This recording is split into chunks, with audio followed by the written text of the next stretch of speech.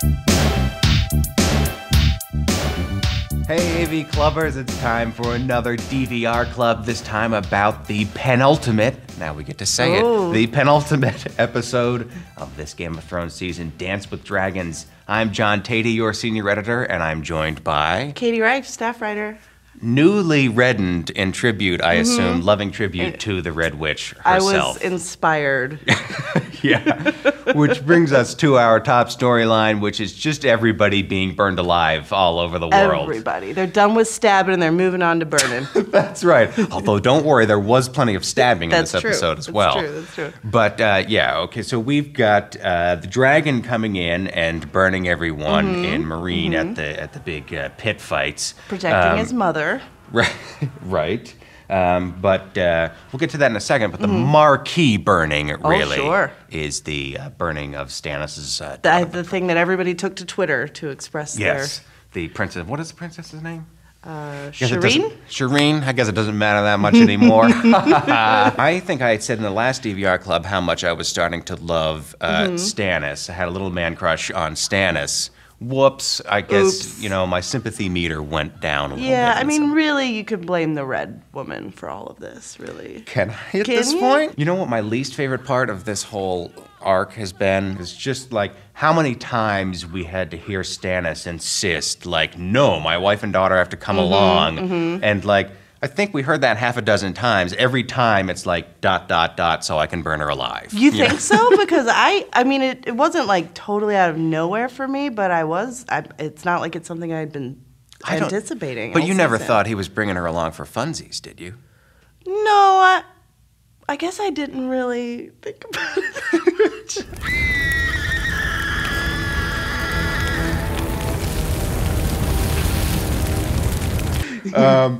If I could flip to the other side of the world for a second, I have some composition notes. Ooh. So you and I talked, I think, early this season about the computer dragons, and I bitched that, like, every time the computer dragons show up, they don't do anything. Right. But they did something last night. I want to talk about the last shot of this scene real quick, because we have Tyrion looking at the dragons in awe, and to me, this is kind of a Spielbergian, wow, okay, I'm gonna make that a word, but sort of a Steven Spielberg type thing, where you have this shot of awe at something that Spielberg has whipped up for you.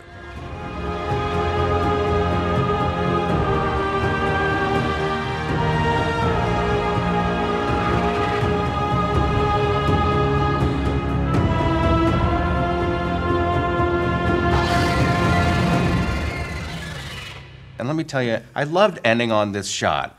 And I'll tell you why, because Tyrion, I feel like you could see, and this was so well acted by Peter Dinklage, I felt like you could see Tyrion like believing in the way that Jorah Mormont believes now in Daenerys. Right. Yeah, and it you know, you do need a reminder occasionally of like where this is all going, and it's all, you know, seeing Daenerys ride the dragon really is a reminder of what the overarching story is, you know, of the prophecy and the chosen one and all that stuff. It really And I like seeing that through Tyrion's eyes, because I think the easy thing to do would have been a majestic final shot of Daenerys on the dragon. Yeah. But to come back down to Tyrion's level, I love that. I love the way they wrapped up the episode.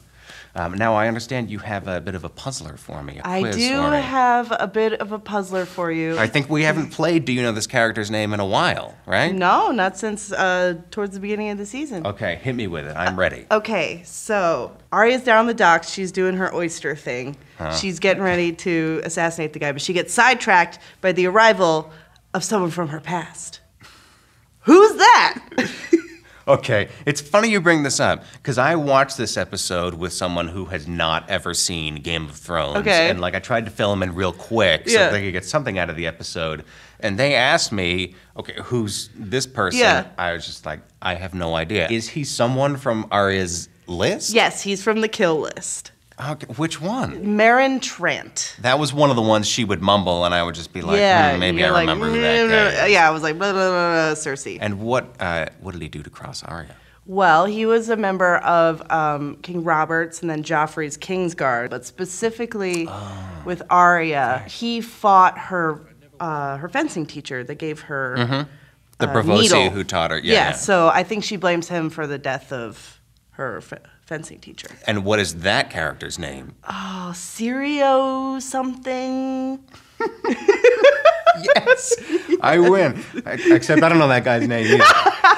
And we arrive once again, Katie, at Speculation Corner. And my question for Speculation Corner is, we've gone to all the trouble of burning this princess. Yeah. Now, is it going to work? And by work, I mean, is Stannis going to emerge victorious at Winterfell because of this? I think they're at least going to make it to Winterfell, but I think things are going to get pretty hairy once they get there. I think it's going to work. I think it's going to be the feel-good story of the season, is that Stannis burned his daughter alive, but hey, he wins a battle out of it. Oh, can we get a shadow baby? I like the shadow babies. Oh, yeah. Okay, let's order up a season finale shadow baby. I thought we were going to have nothing but shadow babies. Like, I thought know. Right? The first time that happened? But we've only gotten the one. Just the one. Well, maybe I'm not sure how the king's blood is involved in the whole thing. Yeah, maybe Stannis is shooting shadow blanks, if you know what I mean. The thrill is gone. They had to burn his daughter to get the spark back in their relationship. Oh my God. You know, it's not that far off from how the actual storyline is constructed. So don't blame us for being sick. Yeah. All right? You watch this show too. Yeah, George R.R. Martin.